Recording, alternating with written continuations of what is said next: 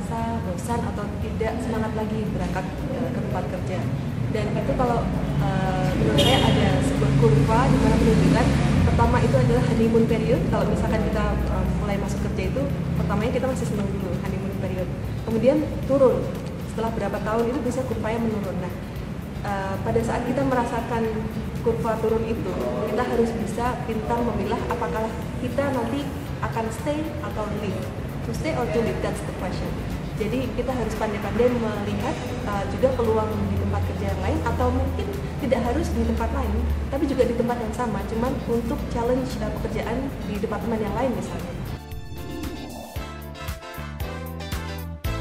Kalau menurut saya memang karir mentok itu biasanya dialami oleh orang-orang yang sudah bekerja bertahun-tahun di sebuah perusahaan untuk periode yang cukup lama.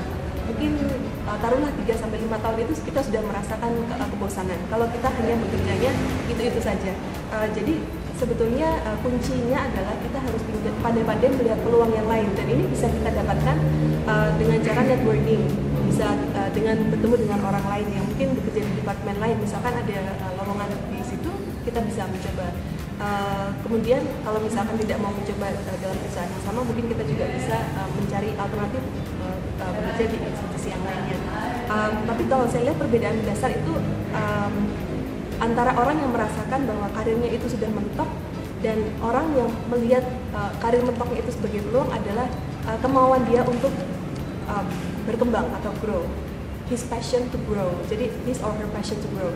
Kalau misalkan orang itu ingin mendapatkan karir yang lebih sukses, tentunya dia akan melihat apapun itu sebagai peluang. Meskipun dia merasakan bahwa dia sudah terlalu lama di perusahaan itu, tapi dia melihat peluang tidak hanya untuk karirnya ke depan, apakah dia harus pindah atau bagaimana, tapi dia juga harus melihat peluang dengan mengikuti semacam training atau semacam summer school misalnya. Itu akan semakin menambah added value dia di situ. Jadi kira-kira demikian.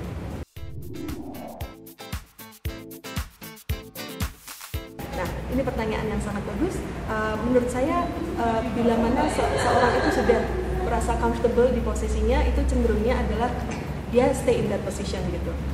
Tidak melihat peluang-peluang yang lain. Sementara sebetulnya yang paling penting adalah tidak hanya mengerjakan tugas-tugas dia dengan baik, tapi dia harus doing the extra mile. Gimana caranya untuk doing the extra mile?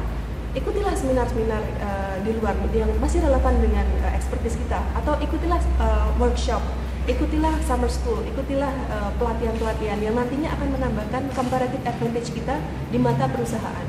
Dan ini tentunya akan sangat menambah skill kita dan bermanfaat untuk kita juga untuk karir ke depannya.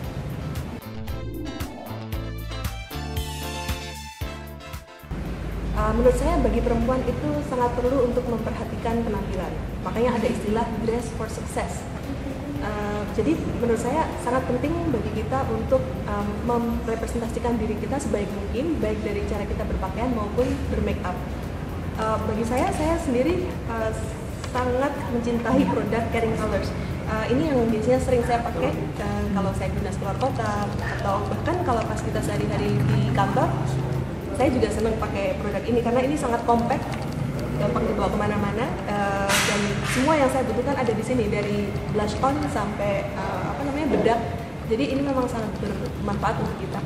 Menurut saya kesuksesan seseorang itu tidak hanya dari prestasi dia saja, tapi bagaimana dia bisa merepresentasikan diri dia sendiri terhadap kepada dunia.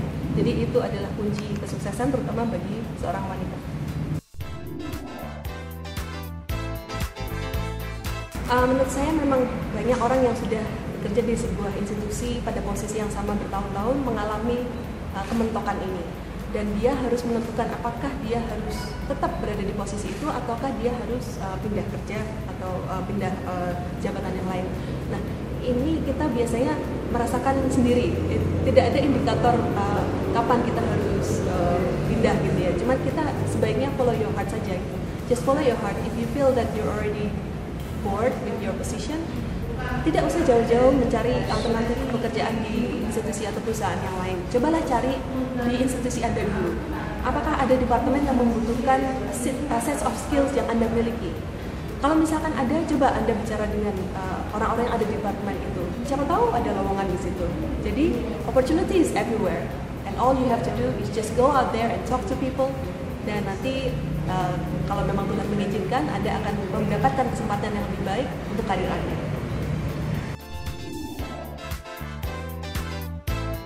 Menurut saya peluang itu ada, dan potensi yang dimiliki oleh wanita Indonesia itu menurut saya luar biasa.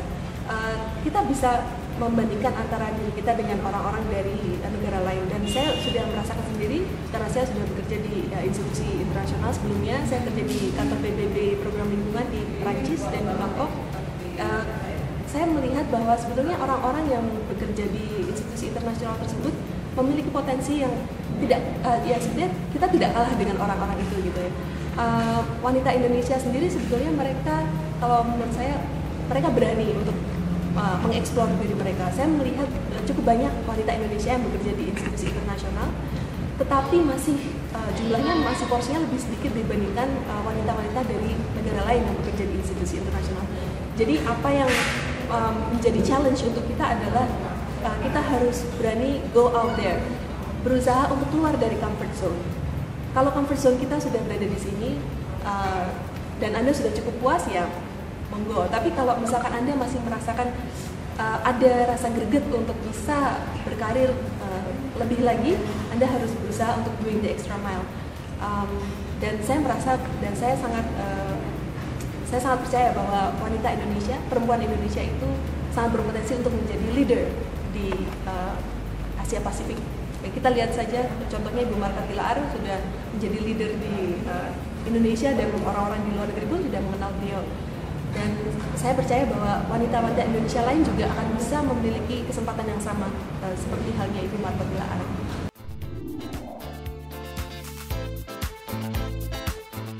Ada beberapa strategi untuk mendapatkan kesempatan karir internasional. Salah satunya adalah yang seperti saya sering sampaikan adalah doing the extra mile. Kalau atasan kita itu meminta kita untuk mengerjakan A sampai C, kalau bisa kita kerjakan sampai E. Jadi hal-hal seperti itu yang akan diapresiasi oleh atasan kita, dan itu saya sudah merasakan sendiri, terutama di institusi internasional, hal-hal seperti itu sangat diapresiasi oleh staf-staf di institusi tersebut, dan kita mendapatkan juga rekomendasi dari atasan-atasan kita untuk nantinya kita bisa perform untuk posisi yang lebih tinggi lagi. Kemudian yang kedua, untuk anak-anak muda, saya sarankan untuk mereka berani mencoba mengikuti program internship atau magang. Memang magang ini kesannya adalah pekerjaan yang tidak dibayar. Cuman sebetulnya itu merupakan sebuah kesempatan bagi kita untuk mendapatkan hands-on experience, bekerja di institusi yang kita impikan, bertemu dengan orang-orang yang sudah bekerja di situ, dan membangun network yang berisi orang-orang yang sudah bekerja di situ. Karena itu pengalaman saya sendiri juga seperti itu. Saya memulai karir saya dengan mengikuti program magang di Perancis. Kemudian setelah saya kembali ke Asia, saya mendapatkan pekerjaan itu juga atas rekomendasi dari atasan saya sebelumnya. Kemudian itu yang kedua. Kemudian yang ketiga, strategi non konvensional lain menurut saya adalah kemauan dari kita untuk mau ditempatkan di mana saja. Di institusi internasional biasanya mereka sangat mengapresiasi orang-orang yang sudah memiliki kemauan untuk bekerja di misalnya negara-negara istilahnya hardship locations, Afghanistan, Kabul, kemudian Syria misalnya. Jadi negara-negara yang mungkin potensi konfliknya besar, itu justru sangat diapresiasi oleh institusi internasional seperti PBB. Kalau misalkan kita sudah membuat semacam constraints bahwa saya hanya bisa bekerja di Jakarta, ya mungkin Anda akan skopnya hanya di Jakarta saja. Tapi kalau misalkan Anda memang berniat untuk bekerja internasional, Anda harus berani membreak dinding yang ada dan beranikan diri Anda untuk keluar dari comfort zone Anda. Jadi nantinya apa yang Anda harapkan akan Anda raih.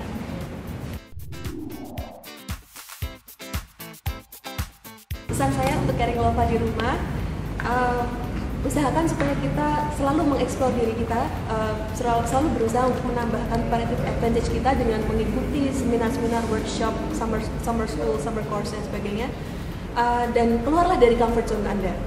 Jangan terpaku pada comfort zone yang sudah Anda miliki itu. Keluarlah dari situ, eksplorlah dunia, karena dunia itu sangat tidak berbatas. Selain itu juga saya berharap agar perempuan Indonesia bisa semakin maju, semakin berani, dan jangan lupa do your best and do the extra mile. Do your best and God will do the rest. Thank you.